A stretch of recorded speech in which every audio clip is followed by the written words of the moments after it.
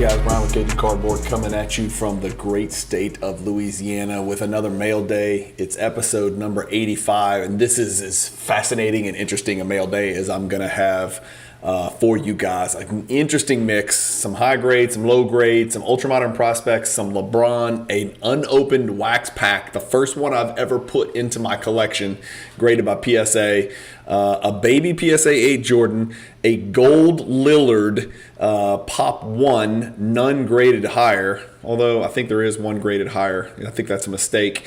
And then two more star cards, and then a really rare Jordan PSA 8 as well. So let's not waste any more time. I'm going to get you over here on screen share. As always, we're looking at the cards as they arrive in my PWCC vault in Tigard, Oregon. Let's get cranking and hit the slideshow. The first card's unique. It's very rare that I'm buying into ultra-modern prospects, but this card's got a story. This is a kid that I coached. I say a kid, he's a grown man by all the stretches now. He had a great last 20 days, last a little bit under a month with the Portland Trail Blazers.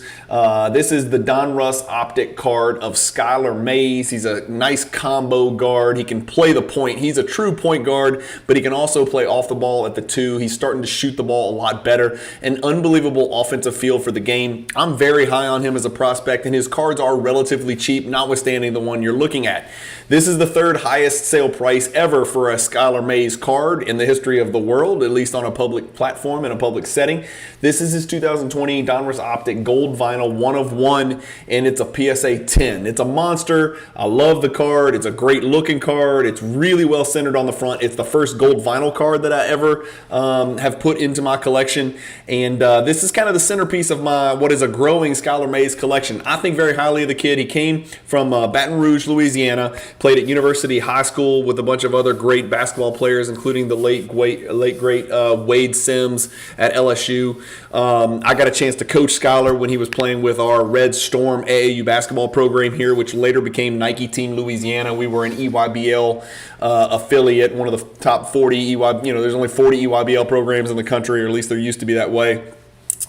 Seems like another lifetime, but he was the one of the prides of our program for sure, and a great player. Had a great career at LSU. Signed with the Hawks. Ended up getting 2 back-to-back 10-day contracts with the Blazers. We're hoping he gets signed by the Blazers. I haven't really paid much attention to the news, but hopefully he latches on with the Blazers, because I'm already watching them because of Dame Lillard and Anthony Simons. Anyway, the perfect world would be a Dame Lillard trade to a contender. Sorry to my Blazers friends, and then Skylar Mays, Shadon Sharp, and Anthony Simons running the show in Portland would be pretty damn excited as a three-headed monster in the backcourt. But my first one, it's a one-on-one masterpiece, the best Skylar Mays card in my collection.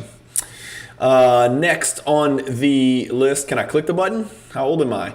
A 2015 LeBron James green prism. I've got a green run starting from 2012, which is a super low pop in PSA 10. I've got all the LeBron James green prism PSA 10s from 2012 all the way through, I can't remember. I need the Kobe tribute, the micro LeBron dunk where he's doing the Kobe tribute dunk, the horizontal one. I think that's 2020. I'm not really certain. Not too hard to pick up, but they're a lot more expensive than I thought they would be. But this is the 2015 Panini Prism LeBron James green PSA 10. I'll show you guys my run through of the LeBron. I like to collect sets of LeBron, so you'll see, I'm trying to do a little rainbow of 2013. I'm trying to do the 2012 rainbow as best I can because it's really expensive. 2014, 2015, and so this falls into my 2015 LeBron James prisms, and I've got a bunch of those. So that is the 2015 green. It's only a pop 10 card in PSA 10, pretty rare pop. Next is the 2014 Prism LeBron yellow red mosaic, and I actually have 2 of these. Price point's just too good. I just don't think I think it's a little bit undervalued. I specifically like the yellow white red combination in the colors in the background and the mosaic pattern. I normally don't dig the mosaic pattern, but for whatever reason I really like this yellow red white. It's sort of a color match with the kind of champagne gold and white that you can see on the uniform. But picked up this yellow and red Mosaic PSA 10. Again, it's a second copy, but I collect the 2014 Prism Rainbow, knowing I'll never get the black because Bob M. Track has it. If you don't know who Bob M. Track is, A, get on Instagram. If you haven't already, shame on you. B, go look up Bob, B-O-B, M, the middle initial, M as in man, Track as in track and field. And you will see the greatest LeBron James collection in the entire universe. If it's a LeBron James 1 of 1 or a LeBron James gold, Bob has it, period, end of story. And so any rainbow chases out there are a fool's folly unless you can convince Bob to hand one over. Another super, super cheap card. Again, I'm doing the LeBron Silver run, 2012, 2013, 14, 15, 16, 17, 18, 19, et cetera, all in PSA 10. This is the 2015 card number 352, Silver PSA 10. Not a huge card. Happy to add it to the collection. I'll share those 2014 and 2015 Prism Rainbows with you on a future Mail Day episode. I didn't feel today was the right time. And then, again, you saw me pick up the first gold vinyl in my entire collection. I don't have another one. That's the only one, the Skylar. This is the first sealed wax that I have, and I wanted to get it in a PSA 8 because, as you guys know, I'm collecting Michael Jordan, not just the high-grade stuff, the PSA 10s, the 9.5s, but I also have a nice PSA 8 collection that I'm really working diligently and industriously on lately. This is a 1990 pack with Jordan on the back, and it's a PSA 8 graded pack. I just thought this was a perfect, super, super cheap addition to my collection. And I will be honest with you, I am going to start looking more at sealed packs with Jordan showing through on the front or back in PSA 8 specifically, so I don't have to pay a crazy premium. I will never crack these packs. I'm collecting them specifically in the pack. I've already got the 1990 Jordan card in a PSA 10, so there's really no reason to crack the pack. I just think it's going to be a fun little detour in the Jordan collection. So that's my first pack ever picked up right there. And this is another one. There's a Topps Chrome very similar looking card, Team of the 90s card. This is the 1997 Stadium Club Team of the 90s card, and you can see the Stadium Club print down here at the bottom, and then in the blue it says Team of the 90s. But there's a Topps Chrome refractor out there as well. Really cool. It's got Robin, Jordan, Pippen, and Ron Harper on the front. It's got Kukoc, Bison Dele, who was before that Brian Williams from Arizona, changed his name to Bison Dele, crying his eyes out, and then Steve Kerr talking shit right in between them. So 7 of the Bulls, rotation. But I got that in a PSA 8 to put into the collection. Of course, not a big card, super, super small card there. And then a big card. So this says Pop 1, none higher, but I'm pretty sure that's not correct. And let me tell you why. And by the way, there's the Skylar Mays. I paid $750 for it, so it's no secret. You could have looked it up anyway. 910 is the highest sale ever, and that was for a rookie logo man, but it was a serial number to 5 logo man. And then the next highest was the National Treasure Skylar Mays. Horribly worded description. It doesn't even include the fact that it's a serial number to 5 parallel, which has a name, but it does say /5. But I wouldn't have put the 1/5. I'd have just put /5 and then put the name of the parallel. I can't remember what it is, but that sold for $810. So this is the third highest price ever paid. Somebody just horribly overpaid here for the true RPA, which I've been picking up for anywhere from $50 to $80, something like that. It did catch a little bit of fire as he got onto the Blazers and started to put up some good numbers, but again, this is not something I like to brag about, being the third highest paid price ever for a Skylar Mays card, but if you're going to buy one, I think I picked the right one. But getting back to the Lillard, this is my 2013 Prism Damian Lillard Rainbow, including autographs and including the base cards in here. 13 is a doable rainbow, again, except for the black. But as you can see, this is what I've got. The silver PSA 10's a pop 10. The purple die cut and serial number to 49 dominance. PSA 10's a pop 1. I've got the gold BGS 10, which I'm super proud of, and I'll never forget picking that up day one at the National in Atlantic City from Riverfront Collectibles, which was awesome. I've got the red and the blue, both Pop 1, none higher autographs, and if a lot of people don't know, those were serial numbered to 5, and I think those were retail only, if I'm not crazy. The reds, Target retail only, the blue, Walmart retail only, but those are serial number to 5. So those are tougher than the silver, which is serial number to 25, and the gold, which is serial number to 10, which I just showed you that I picked up. I've got the orange PSA 10 Pop 4. I've got the green Guard Duty Pop 1, believe it or not. I've got the light blue PSA 10 Pop 3. I've got the red retail Target Pop 7 PSA 10. I've got the purple die cut PSA 10 Pop 1. I've got the silver. This is where the autographs are almost complete. I'm close. This is the 2013 Prism Silver, serial number to 25. It's actually 25 out of 25. Pop 1, none higher. And then I've got the 2013 Prism Gold Lillard autograph, serial number to 10, PSA 9. It says Pop 1, none higher, but I think that's wrong because I'm staring here. This says there are no PSA 10 Prism Gold autographed Lillards from 2013. But if we go to here, excuse my phone, by the way. Let me go find that. Where is it? Let me type it in. I thought I saw Prism Gold Lillard auto.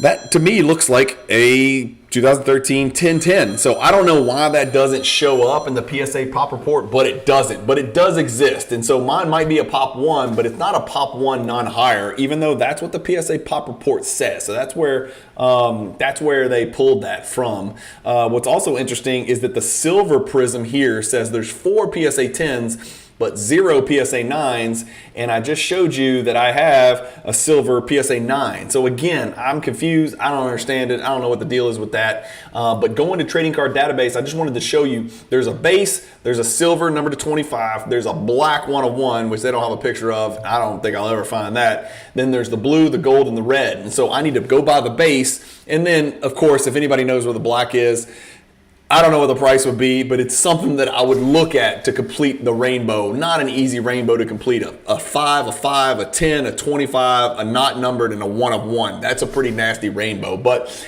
if I could put it together, I would probably try to do that. So that's it for my 2013 Damian Lillards. And getting back to our list here, let's keep on cranking.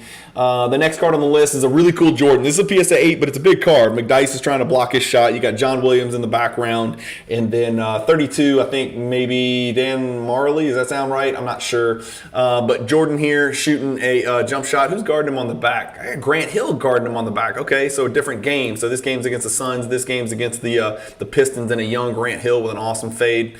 Jordan trying to get post position. And Grant Hill guarding him in his Fila. Yes, you heard me right. Grant Hill was a Fila sponsored athlete. But this is the 1998 Metal Universe 2 for me, 0 for you in PSA 8. And I've got this bad boy pulled up. Here is mine. There's a mistake made on here for Card Ladder. I don't know why. It's got the May 5th and May 7th results on here. This is my card both times. This 420 is not right. I paid $516 with the buyer's premium. So $516 is correct. The 420 is not. So I got it for about $84 less than the last one sold for on eBay a couple months, about a year and a couple months ago. This just goes to show you there's not that many of these bad boys out there. There's just a pretty rare card, to be quite honest with you. Did I look it up? No, yeah. So that's what I paid, $516. The card sold for $600 the last time it sold, best offer. Of course, before that, in 2021, it was only $300, but then it was $774 on Mile High, $214 way back in 2018. So I don't know what the card's worth. I just know it does not come up very often. I mean, how many sales is this? You throw this out because that's a duplicate and a mistake. That's 5 results, 5 sales in the last 5 years. Not very many come up for auction. So when I saw this one on the PWCC Weekly, I decided to jump in and snag that card because I didn't know when I might see another one. Next on the list, let's keep cranking. The last 2 are both star cards. You guys know, if you watch my last mail day, I've started the set chase, and I told you I work quick. I'm up to 9. I've got 9 out of 25 Jordan star cards in BGS 8.5 condition. This one I drastically overpaid for. So I am going to warn you, we're about to look at the numbers. I drastically overpaid for this card. There's something about this card, a young Jordan in a USA uniform, 84, 85, Rookie of the Year. Just an absolutely stunning, fantastic card. It's got really good subs, in my opinion, with a 9 for centering, which is the premium sub on all of the star cards, 9 for edges, 8.5 corners, 8 surface. I love the white. For some reason, the white just seems even more vintage. It almost makes it turns it into a vintage card, even though it's post 1980. It almost turns it into a vintage card. But this is the 1985 Star Last 11 Rookie of the Year subset, I should say. And Jordan is card number 1 in that set, as he should be. I've got the price pulled up, and here I am, $1,500. So I grabbed this card for $1,500 on May 7th. And I am extremely ashamed to say and very shocked, but this happens a lot to really old people who are losing their mind, like me and Joe Biden. That's the only time you'll ever hear me mention Joe Biden in the same sentence with me. But I accidentally bought another one, and I really, really overpaid for that one. So very aggressive Cajun cardboard bidding. I accidentally bid on 2 of the exact same card, and I didn't need one of them. So it looks like I'll be holding on to one of these until somebody wants to give me $1,800 back. Or maybe I'll sell one for $1,500. I don't know. But the card's been higher, $1,170, $1,100, $1,088, $1,250, $1,169. I'm not sure what the highest the card's ever sold for was. Please tell me I didn't break the record. Okay, good. So that's an autograph. But $4,500 during the peak years. And even as recently as last year, the card sold for $1,900, $1,900, $1,845. And then here I am coming in like a dumbass and buying it twice. Once at $1,800 and then once at $1,499. Like I said, I share with you the good and the bad. If it makes me look stupid, I share it. If it makes me look like a genius, I share it. So these are cards, these star cards. I plan to put this 25 card set together in BGS 8.5 and literally hold this thing for Cajun eternity because I've put this off too long. I should have got into these cards a lot sooner. I've always recognized how awesome the cards are just because I'm an 86 Fleer over star 101, for the true rookie card thing. My argument, it needs to be pack pulled. It needs to be produced nationwide, things like that. I get that it's licensed. I get that it's before 1986. I get all the arguments. We don't need to go over that again. Just because I'm 86 Fleer over star 101 as the true rookie card does not mean I don't think these are some of the coolest cards in the hobby. And I don't say this very often, but I think they might be undervalued. I just think they're really badass. And this is not a pump and dump, although I am going to dump one of these last 11 Rookie of the Year cards because I accidentally bought 2 because I'm old and senile. It's not a pump and dump. It's just, they're just really cool. And none more cooler than this one that you're looking at right here. So this is what's called the 1985 Star Slam Dunk Supers. It's a 5x7 card, so it's a huge card. I think these were in 5x5 sheets, so 5 rows of 5. I think that's right, but they're gigantic. They're huge, like the 1985 Nike promo, like the Interlake Jordan. And this one, of course, features all 8 of the Slam Dunk participants in the 1984-85 Slam Dunk contest. And so you've got Clyde the Glide Drexler, you've got Orlando Woolridge, you've got Jordan with 2 gold chains on and the original black and red Jordan 1s, which is sick. You got Doc in the middle. You got Terrence Stansberry, who looks like a freaking midget and looks like he weighs about 120 pounds. He doesn't look like he belongs, but remember, he did that awesome Statue of Liberty 360 that was just filthy. And then you've got Neek, the human highlight film. You've got Larry Nance. That's Larry Nance Jr.'s dad, who was a significantly better player than Larry Nance. Larry Nance's bounty, Larry Nance Jr.'s bounty. Larry Nance Sr. was preposterous. Go look at the highlights of the dunk contest. And then you've got Dr. Duncanstein, my hero growing up as a kid. I had 2 heroes growing up as a kid. 3 heroes growing up as a kid. Let's say 3, okay? Basketball heroes. Number 1, Daryl Griffith. My dad went to the 1980 Final Four where they beat UCLA. I think I got the year right. I was 5 or 6 years old at the time, and I remember Daryl Griffith was the talk of the town. He was anything and everything, and so that was hero number 1 because he was only like 6'3", 6'4", but he could fly, right? And he did 360s in games. So Dr. Duncanstein, Daryl Griffith from the Utah Jazz was one of my heroes. The second hero was Kyle Macy. I wanted to be him. I wanted to shoot like him. I wiped my hands on my socks every time I shot a free throw just like him. I thought Kyle Macy was the greatest player in the United States until I went back on basketballreference.com and looked at his stats, and they really weren't that great. But Kyle Macy was my hero because I wanted to be him.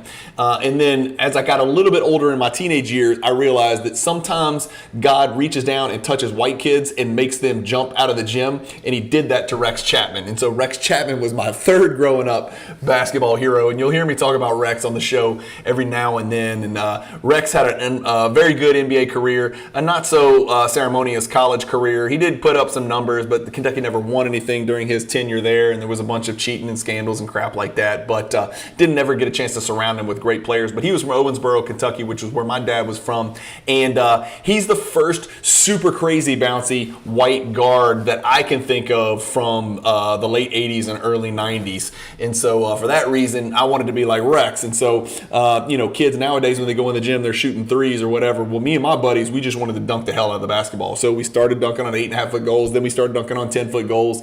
And then, it came, we'd go to the park to play pickup, but the most fun was having dunk contests in between the pickup games. And so Rex was my inspiration for that. And of course, you got the checklist of the participants on the back right here. Yep. So that's all of them. And then Dominique Wilkins, of course, won it. But Larry Nance did win a dunk contest. But how cool is that picture? Almost like the Space Jam where they're putting their hands on the ball to get the powers. That's just a great, iconic, again, it feels vintage, even though it's from the 80s, picture of the slam dunk participants from that year. So going back to the list and wrapping it up, guys, thanks for joining me on this mail day number 85. I got the ultra modern prospect, the Skylar Mays vinyl 1/1 PSA 10. I added 2 more LeBrons, or really 3 more LeBrons to my rainbow chasing from 2015, 2014. I added my first ever sealed wax graded by PSA 8 1990 Fleer pack, a chintzy little PSA 8 Stadium Club Team of the 90s Bulls card, a big addition to the Lillard collection with another gold. So I've got the 2013 gold base BGS 10